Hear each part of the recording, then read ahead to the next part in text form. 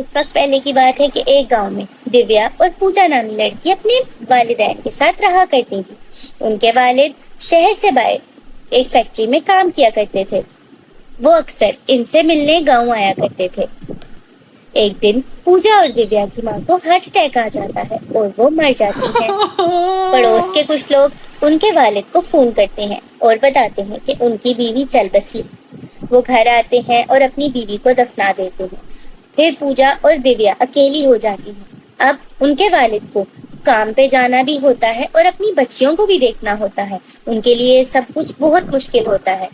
کچھ لوگ ان کو مشورہ دیتے ہیں کہ وہ دوسری شادی کر لیں کہ تاکہ ان کی بچیوں کو کوئی سنبھالنے والا آ جائے اور ماں کا پیار بھی مل جائے گا۔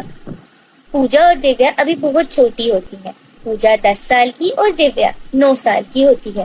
کچھ وقت گزرتا ہے اور ان کا باپ سیما نامی لڑکی سے شادی کر لیتا ہے جس کی ایک اپنی بیٹی بھی ہوتی ہے جس کا نام نیہا ہوتا ہے۔ شروع میں سیما پریا اور خوشبو کے ساتھ بہت اچھا پیش آتی ہیں۔ ان کے والد کے سامنے وہ ایسے دکھاتی ہیں جیسے وہ ان کی بچیوں سے بہت پیار کرتی ہے، لیکن جب اس کے والد کام پہ چلے جاتے ہیں تو وہ ان کی بچیوں سے بہت برا پیش آتی ہے، جبکہ اپنی بیٹی کو سر آنکھوں پر بٹھا کر رکھتی ہے۔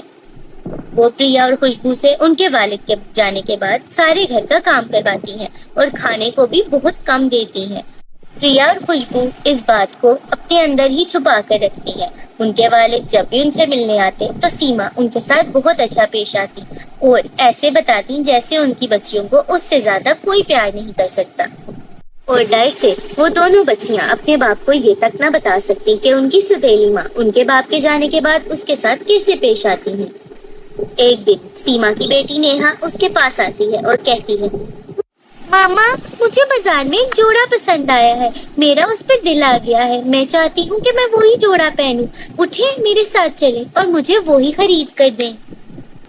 ارے کیا ہو گیا بیٹا، کیسا جوڑا ہے مجھے بتاؤ، میں تمہیں ابھی لے دوں گی، کتنے کا ہے؟ ماما بہت مہنگا نہیں ہے، یہی کوئی 15,000 کا۔ اچھا ٹھیک ہے، چلو چلتے ہیں۔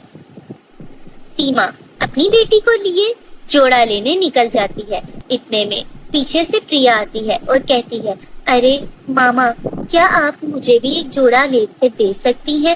میرے اور خوشبو کے پاس کوئی کپڑے نہیں ہیں پہننے کو، کیا آپ ہمیں سستے سے کوئی کپڑے لے کر دے سکتی ہیں؟ نہیں، میں تم دونوں کو کوئی کپڑے لے کر نہیں دوں گی، میرے پاس فضول کے کوئی پیسے نہیں اٹھائے۔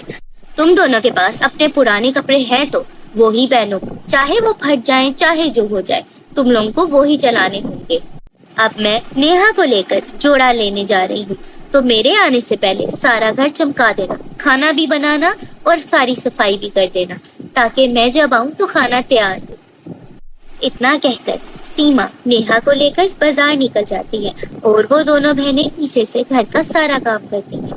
پریا روتی ہے کہ اسے بھوک لگی ہے اور ان دونوں کو اجازت نہیں ہوتی کہ وہ گھر سے کچھ بھی کھا سکے جب تک کہ سیما نہ آ جائے۔ وہ دونوں باہر نکل جاتی ہیں اور چلتے چلتے جنگل میں پہنچ جاتی ہیں، اور جیسے ہی وہ دیکھتی ہیں تو قریب ہی ایک زخمی ہرن درد سے کرا رہی ہوتی ہے۔ اس کے جسم پر بہت زیادہ زخم آئے ہوتے ہیں، وہ بہت تکلیف میں ہوتی ہے۔ پریا بھاگتی ہے اور اس کی مرہم پٹی کرتی ہے۔ اتنے میں خوشبو کنویں سے پانی لے آتی ہے، وہ دونوں اسے پانی پلاتی ہیں، اور جیسے ہی وہ پانی پیتی ہے تو وہ ہرن ایک پری کی شکل میں بدل جاتی ہے۔ تم دونوں کا بہت شکریہ، تم دونوں نے مجھے زخمی پا کر میری مدد کی، حالانکہ جنگل میں ابھی تک جو بھی گزرا کسی نے بھی میری مدد نہ کی۔ میں ایک پری ہوں اور مجھے ایک جادوگر نے اپنی قید میں رکھا ہوا تھا، میں اس کی قید سے بہت مشکلوں سے بھاگ کر آئی ہوں۔ اس نے میرے 2 تاج، ایک سونے کا اور ایک چاندی کا اپنے پاس رکھا ہوا ہے، جس کے نہ ہونے کی وجہ سے میری حالت ایسی ہو گئی ہے۔ کیا تم دونوں میری مزید مدد کرو گی؟ مجھے وہ تاج لا کر دو گی؟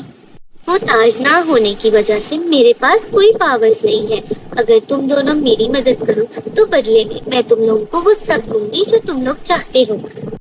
ارے نہیں پری رانی، آپ کو مدد کی ضرورت نہیں، ہم آپ کو وہ تاج لا کر دیں گے، آپ فکر مت کریں، آپ بس یہیں رہیے گا۔ یہ کہہ کر پریا اور خوشبو بھاگتی ہوئی جنگل کے دوسری طرف چلی جاتی ہیں اور پیچھے سے جادوگرنی پر وار کر دیتی ہے۔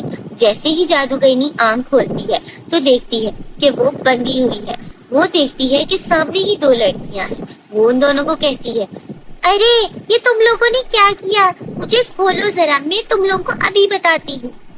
ہم نہیں کھولیں گے، پہلے تو ہمیں تم تاج دو، وہ تاج جو تم نے پری رانی کے لے رکھے ہیں۔ نہیں، میں تم لوگوں کو وہ تاج کبھی نہیں دوں گی، تم دونوں اس کی جگہ جو چاہے لے سکتے ہو۔ نہیں، ہمیں اور کچھ نہیں چاہیے، ہم تو وہ تاج ہی لیں گے۔ اتنا کہہ کر پریا اور خوشبو وہاں سے تاج اٹھاتی ہیں اور چل پڑتی ہیں۔ وہ واپس جنگل میں آتی ہیں اور پری رانی کو وہ دونوں تاج لیتی ہیں۔ پری رانی تاج لیتے ہی پہلے جیسی ٹھیک ہو جاتی ہے، اس کے پاس ساری پاورز واپس آ جاتی ہیں۔ وہ بہت خوش ہوتی ہے اور پریا اور رانی کے لیے ایک محل بنا دیتی ہے جس میں ہر چیز موجود ہوتی ہے۔ اب وہ وہیں رہتی ہے۔ سیمی جب نیہا کو لے کر گھر آتی ہے تو دیکھتی ہے کہ دونوں لڑکیاں وہاں نہیں ہیں۔ اتنے میں ان کا باپ بھی شہر سے واپس آ جاتا ہے۔ یہ دیکھ کر سیمی گھبرا جاتی ہے اور رونے لگتی ہے۔ ارے میں تو اپنی بچیوں کو گھر ہی چھوڑ کے گئی تھی، یہ کہاں چلی گئی؟ مجھے تو پتا ہی نہیں چلا، میں تو ان کے لیے کھانے پینے کا سامان لے کر گئی تھی۔ باپ بھی پریشان ہو جاتا ہے اور اپنی بچیوں کو ڈھونڈنے باہر نکل جاتا ہے۔ وہ چلتے چلتے جاتا ہے اور دیکھتا ہے ایک محل بنا ہوا ہے۔ وہ اس محل کے اندر جاتا ہے تو دیکھتا ہے پریا اور خوشبو محل کے اندر بیٹھی آرام سے کھانا کھا رہی ہے۔ وہ دونوں اپنے باپ کو آتا دیکھتی ہیں تو رونے لگتی ہیں اور باپ کو سب کچھ بتاتی ہیں اور بتاتی ہیں کہ کس طرح سیمی نے ان پہ ظلم کیا۔ یہ سن کر باپ ان کے ساتھ بہت روتا ہے اور کہتا ہے کہ میری بچیوں، میں آئندہ تم لوگوں کو اکیلا چھوڑ کر کہیں نہیں جاؤں گا۔ اور پھر وہ ہنسی خوشی رہنے لگے۔